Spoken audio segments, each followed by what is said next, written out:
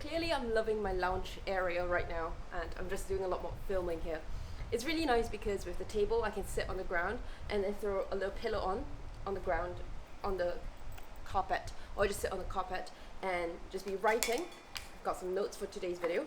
Or I'll be sitting on the chair and have another table to just do a bit of work. I'm looking for an armchair, which I've been looking for a while now, so I think I'm going to change this area quite a bit, but I love this area. It's my favorite area in the house. I have also hung up the paintings, so it's just nice to sit here, look at the paintings, look at my mirror. I've got a mirror that reflects one of my favorite MS scarves over here. So anyway, my point is, today I want to talk about my relationship with clothing. And I never really understood my relationship with clothing, or I never really acknowledged my relationship with clothing evolving over the entire time I started to buy my own clothes. And there's some reflection. There's 7 points I want to talk about, which I've written. So the biggest shift, I would say, is that now I focus more on caring about my clothes than thinking about them as disposable. And this was before the rise of fast fashion. When I was younger, the things that you go and look at will be things like Forever 21, Topshop, Dorothy Perkins. These are the different boutiques or high street brands that you will go and check them out. And before that, it was not called fast fashion, it was just called like high street brand. Even for Forever 21, they were not really fast fashion. They were not considered fast fashion. Fast fashion really only came about when Zara, H&M, and then of course all these weird Shein thing existed. I've never touched or never owned any of these Shein things, so I don't know what the quality is, but I don't reckon it's very good given how cheap it is. My point is, when I was much younger though, I looked at clothes as disposable. Genuinely. I look at the clothes and I think about how often I wear them before I throw them away or give them away. Because back then, clothes were made of very, very poor quality, and also it's like so cheap, right? So I don't really care if it's very thin or whatever. It's, I don't know, $5, $20. You wear it 5 times and then you give it away, you donate it away, you throw it away.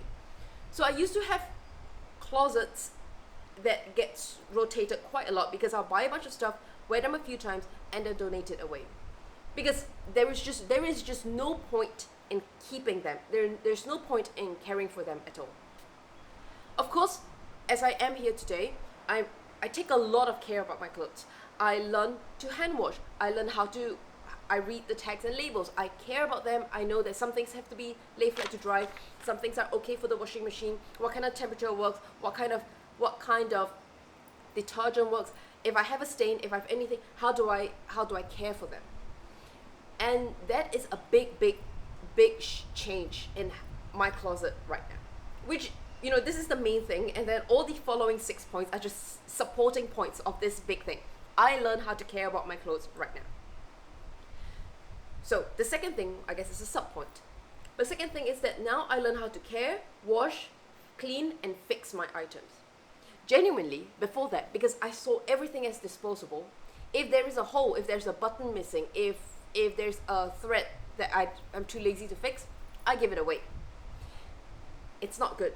I know it's not good, because these are these are simple fixes. The only time I fixed something was when I was living in London, and there was this skirt that I loved very much. I didn't want to give it away, but I really loved it very much, so I went to fix it. By the time I left London though, there was like 90% of the items was donated to the charity shop. So I wasn't doing any of these repair, cleaning, fixing things. If there's a stain and the maid can't get it out, it gets donated. Today though, I'm on a whole different level. I'm learning I'm watching all these videos of how to clean items, how to identify stains, what kind of things you use to clean stains, and it's just constantly blowing my mind. Because I feel like I'm living life in reverse, because I learned that you can really take care of your clothes. I learned that you don't have to throw things away. I learned that they can be patched up and they can be reused. So I'm doing that right now. I'm taking very good care of my clothes. In fact, if I don't go to a place that's very dirty or grimy or whatever, I don't wash my clothes immediately. I will let it air out. I'll spray alcohol if necessary, but I don't wash my clothes so often because a lot of my clothes are natural fiber. Silk, cashmere, wool, actually primarily silk and cashmere. And so because of that, they are very, very fragile. They're not meant to be washed 1,000 times. So I'm very, very careful about my items, my pieces of clothes. This, for example, though, it's the Pleats Please by Easy Miyake. And this is polyester. So, of course, polyester, you can wash them a bit more often. However, because this pleated style, it requires a lot of care into taking care of them. I make sure that, of course, they need to be hand washed only, and they will be lay flat, dry, and very, very gentle soap. So yeah, it goes back to the previous point again, where I look at things as disposable. When things are disposable, I also throw everything in the washing machine, and I really don't care about taking care of them. I do not care about the washing temperature, how to dry them properly, and if it's broken, it gets donated, thrown away. So I'm taking very good care of my items right now. The third item, which is very, very important, quality over quantity. The reason I have a very curated wardrobe is that I spend a lot of time finding these pieces, then I spend a lot of time taking care of them. And every piece that I have, every single piece I have in my wardrobe is of very, very, very high quality. Because, I mean, from a very practical perspective, I only have X amount of space. I do need to move to a bigger space because I have too many things, but that's not the point. The point is, I already have 2 bedrooms and the closet, they're all filled with my clothes. So, and that happened when we lived in a 3-bedroom place as well. In fact, in that place, 2.5 bedroom of closet was my space. So I have a lot of things, but they're all very, very high quality. I used to have even more. I used to have so many pieces. I've been decluttering non-stop. So I'm very cautious about adding a new piece into my wardrobe right now because it is perfect. It's everything I need. It is enough. And for any piece that wants to enter to this cool club of my closet, it needs to hit certain criteria. It needs to hit certain quality aspects and checks. So it's very important to me. And then that ties in with the overall fit. For any piece that comes in, it can't stand alone as I'm a new piece. Every piece that comes in needs to blend or integrate with more than one of my other pieces in my wardrobe. This is very important because I need to increase the wearability. I need to repeat this and style it in different ways. So exceptions will be things like certain kind of gowns, those big long ones. But I can always style them up with other jewelry. Also, those big long gowns, you don't really wear them with anything else, so I understand that. Maybe I can change them with the bags that I have. But I'm not going to get something too out there and too wow. I do have one piece that is quite out there. I haven't been really styling them in other ways yet, but it's the vintage Oscar de la Renta 2-piece set. So it's a long dress and a blazer. The thing is with the long dress, it's very, very warm, so I only wear it in London and Milan. The weather just fits it. Here, it's too warm that the dress is this, I think it's an acrylic wool blend top. It's from the 1970s. There's a lot of acrylic back then. So it's too warm to wear it here. With the blazer, it's very nice. It's very wow kind of thing. But it's not formal enough for me to wear to conferences. And I can wear it out for fun, but it's too hot here. I don't really wear blazers out for fun in general because it's too hot. So I think I'm going to be more intentional in bringing those pieces when I go to much cooler temperatures and just really incorporate that 2-piece set into my wardrobe. The fifth thing is that I need to truly, truly love them. So a bad habit that I've done when I was younger, again because everything was disposable, as long as the style more or less fits, the price fits, I just buy it, wear a few times, and then give it away.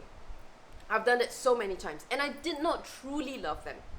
Now I need to truly love a piece. Sometimes I look at a piece and I go, oh, I do want to buy this because the brand is blah, blah, blah, and I know that this brand means high quality. But I don't have this huge affection for the piece. And I'm saying this because I know that I got a Xenia top. It's 100% cotton. It's on the way to my home soon. Actually, I should go and check if it's here today or tomorrow. And I know that for that piece, it's just a nice, not a I really love it. So the way I'm looking at it is, I do have another shirt, like a beach cover up, that I have that is like, I think 60 or 70% cotton, and then the other remaining percentage is polyester. So I've been wanting to switch that out to get 100% cotton. So my argument for me is that I'm getting the Xenia top so that it replaces, because that's 100% cotton, and Xenia is like amazing quality. So I'll replace that with the shirt that I have. Or I could learn how to sew and do that as a little mini project to upcycle that into a different top. I will think about it. So the sixth thing is that the style that I love, or the kind of pieces that I have, because this is my relationship with clothes now, instead of being disposable, is that it needs to be timeless, classic, and meant to last forever, which is 180 degrees opposite from the disposable factor. Now when I buy clothes, I really want them to last forever. And this is really learning from my mom and my grand aunts, where they have a lot of great pieces that got passed down to my mom and then passed down to me. They're absolutely beautiful. And these pieces have been around for ages, and they still look like they're in pristine condition. I have a lot of Burberry, and I have some T-Pows that are absolutely stunning in quality, even in the day of today. So these pieces will be, 30 years old, 40 years old, and they are still of top-notch quality. I want to continue passing this tradition on to my future generations, where I keep very high quality pieces. And I think that relationship with clothing has also extended broader to shopping in a modern world, which is the last point. And it's trendy versus well-loved true pieces that elevates or helps me to be more me, helps me to define my style. So I know that I say I'm not going to buy anything in 2026. That doesn't mean I don't go shopping. I still go into shops, I still go and check out clothes and shoes and bags, but I never find the urge to want to buy them. So I go into these boutiques, right? And just a few days ago, when I was getting my teeth cleaned and my usual dentist appointment, it was in this fancy mall. So in there, I went to Jules Stewart, I went to Versace, I went to Tom Ford, I went to Givenchy. I was actually like their clothes quite a bit. I went to a lot of these shops just to see what they have. Check the material of the clothing, check the fit, check the style. And I always walk out of these boutiques kind of disappointed. The only time in the last 1 year that I went shopping and I went to the boutiques, I went to try on the clothes, the only one time that I don't have the picture here. The only time that I really liked it was a couple of weeks ago when I was in Bangkok. I was in the Dior shop, the Dior home, actually, the big Dior thing in Central. There was this beautiful dress from Maria Garcia, and the previous creative director. She has this beautiful, the stunning shirt dress. It's one of the classic cuts. I really like that. And that's very nice. But I don't know, I feel like I've got very similar cuts already. I don't need to get another one. But I'm going to all of these shops for the last 1 year, and nothing is interesting. Nothing speaks to me, either because the quality just sucks. It's really horrible. You'll be surprised to find polyester in so many of these brands. And it's quite repulsive to pay thousands of dollars for clothing, for apparel, and it's polyester in there. It's repulsive. So if the material doesn't fit, I don't care anymore. The second is that, okay, some items are kind of cool and interesting. So I went to Mesa Magella. It was quite interesting.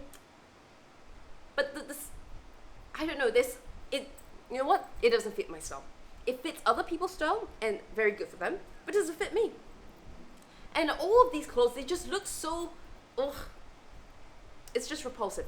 Otherwise, like Louis Vuitton has cool things, but it's just, you know, they have their big LV thing everywhere. It's an eyesore. I do not like that. I find it extremely uncomfortable. So anyway, and then okay, then where else have I been to? Don't think I've been to any other places, but in general, right? Even if I'm walking past the shops and I'm not going in, you can see that they're highlighting certain kind of trendy pieces. But my wardrobe, my relationship with clothing now is that I don't care about trends. As a matter of fact, you know, I started wearing this. I've got a few Easy Miyake pieces. I have them for a long time because my mom was collecting them a couple years ago, and so I had them in my wardrobe. I wore them for a bit and I stopped wearing them, and I realized I have not been wearing them again, so I started taking the pieces out. And then I realized that this was trendy like a couple years ago. So I realized I'm always like behind trend because I just don't care about that. I just see what I like and wear what I like. I wear like ballet related things as well. I have a lot of ballet flats, and because I do ballet, I will wear ballet clothes to go to ballet class. And then that is a trend. That's a ballet aesthetic. Oh, I hate this word aesthetic. So yeah, it started because I was figuring out, okay, how can I wear that tutu skirt, but the shorter one, not the long one. The short one for classes, but they're very thin. So how can I wear that and style that so I can like walk out in public without showing too much, because it's very translucent, and it's good for dancing in class. It's weird to walk out. And so I was watching kind of few inspirational style videos. Turns out, yeah, people dress that as like the aesthetic of ballet and not going to ballet. So anyway, lo and behold, I live under a rock again. So whatever it is, I care about well-loved, well-lived-in pieces and not trendy pieces. And that brings me to a reminder for me in the future. Make that video about I guess some form of social status symbol, and that is well lived in pieces. Okay, with that, that's the conclusion. My relationship with clothes completely changed. It has gone from clothes being disposable to now clothes being a long-lasting piece in my life. And so I'm really excited to continue on the journey, taking care of my clothes, selling them better, and archiving them. Bye!